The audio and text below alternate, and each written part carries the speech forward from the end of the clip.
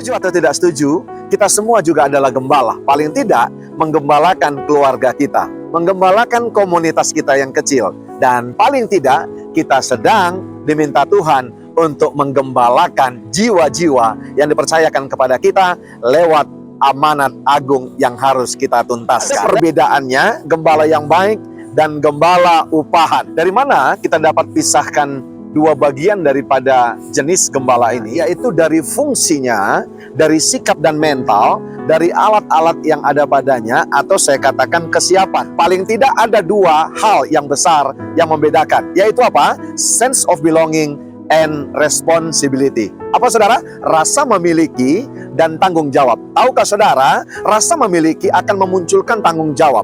Dan kalau kita balik juga saudara, masuk akal. Tanggung jawab juga akan menghasilkan yang namanya rasa memiliki. Apa yang menjadi saudaraku yang kasih bagian daripada gembala yang baik? Karena begini, terlalu saudaraku yang kekasih nanti kita fokus kepada yang tidak baik, sehingga kita melupakan bagaimana kita melakukan hal-hal yang benar, yang baik di mata Tuhan. Gembala yang baik, apa yang harus dimilikinya?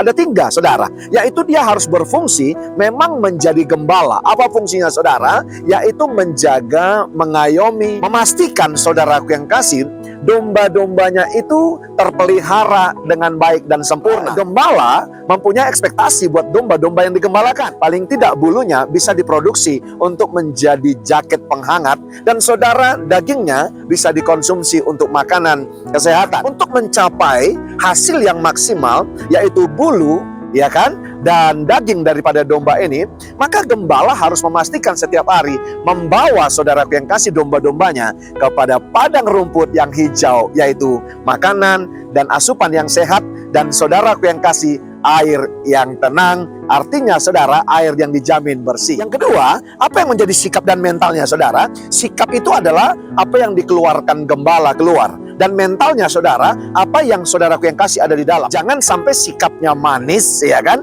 tapi mentalnya sakit. Yang ketiga, gembala ternyata harus punya yang namanya alat. Tercatat dalam Alkitab, paling tidak ada 2 yang menjadi alat daripada gembala untuk memastikan domba-domba ini aman, dapat terbimbing rapi waktu keluar daripada kandang, dan kembali sore harinya, saudara, petang, masuk kembali dengan tertib dan tidak kurang daripada bilangannya. Apa itu saudaraku yang kekasih yang menjadi alatnya? Yang pertama adalah gada, yang kedua adalah tongkat. Nah, gada dan tongkat itu berbeda fungsinya saudara. Gada itu saudara adalah satu kayu yang keras, dan saudara itu seperti pukulan bisbol, iya kan? Nah, itu saudaraku yang kekasih adalah fungsinya menangkal hal-hal yang jahat. Gembala yang bertanggung jawab bukan upahan saudara, maka dia akan menghantam, menghajar serigala yang hendak saudaraku yang kekasih menghancurkan atau mencerai-beraikan daripada domba yang digembalakannya. Itu saudaraku yang kasih, mental dan sikapnya menghadapi tantangan. Tapi tongkat saudaraku yang kasih berbicara tentang implementasi daripada kasih. Tongkat itu saudara ujungnya berbentuk menekuk seperti ini. Kalau saudaraku yang kekasih, domba-domba jatuh ke jurang, maka dia akan tarik.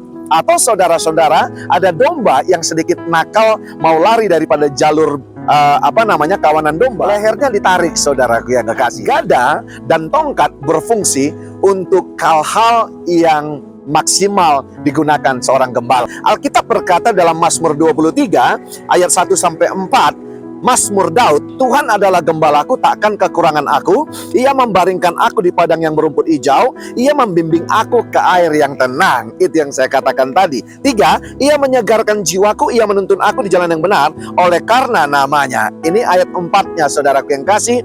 Bagaimana sikap yang digembalakan. Sekalipun aku berjalan dalam lembah kekelaman, aku tidak takut bahaya, sebab engkau besertaku, gadamu dan tongkatmu itulah yang menghibur aku. Kenapa saudara gada dan tongkat bisa menjadi penghiburan bagi setiap domba-domba? Karena kita pastikan kita domba harus menyikapi saudaraku yang kasih hal yang positif juga atas apa yang dilakukan gembala. Mungkin domba kadang-kadang syok melihat saudaraku yang kasih, ya kan, gembala memegang gada yang seperti pukulan bisbol. Bisa saja mereka kira itu untuk mereka, tapi sejujurnya itu untuk menjaga kawanan dan mengamankan nyawa mereka. Saudaraku yang kekasih, ada tongkat kenapa menjadi penghiburan saudara? Kadang dipukul mereka secara lembut, tapi itu saudara untuk membuat mereka memiliki yang namanya sikap yang benar supaya jangan lari daripada kawanan. Artinya apa? Punya kasih. Tapi gembala juga mempunyai alat yang membuktikan kasih kepada setiap domba-dombanya. Pertanyaannya saudara,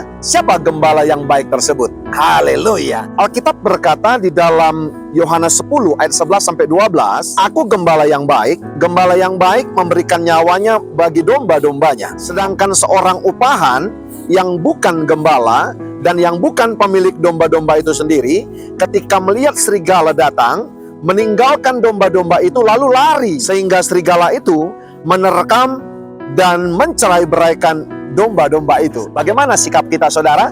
Dua hal, jangan gagal fokus, jangan gagal memaknai. Saudaraku yang kasih, fokuslah kepada Injil Kerajaan Allah dan lakukan apa yang menjadi bagian kita, yaitu memiliki sikap dan manner dan fungsi sebagai gembala. Yang kedua saudara, perbuat segala sesuatunya seperti untuk Tuhan, seperti yang dikatakan Kolose 3, 23 sampai 24. Dan jangan pikirkan upahnya seperti gembala upahan yang tidak bertanggung jawab ini, tapi dipastikan ketika engkau berbuat seperti untuk Tuhan, maka upahnya dipastikan juga daripada Tuhan Sang Gembala kita yang agung. Mari kita refleksi diri kita masing-masing. Kita harus memiliki sikap, mental, dan fungsi serta alat yang dimiliki Gembala agung kita. Siapa saudara? Yaitu Tuhan Yesus Kristus. Sikapi ketika kita digembalakan, maka engkau juga bisa menjadi gembala yang dahsyat, paling tidak lewat keluarga, rumah tangga, komunitas, dan jiwa-jiwa yang dipercayakan Tuhan kepada setiap kita. Saya Royal Purba menyapa sahabat-sahabat Royal Priesthood. God bless you all.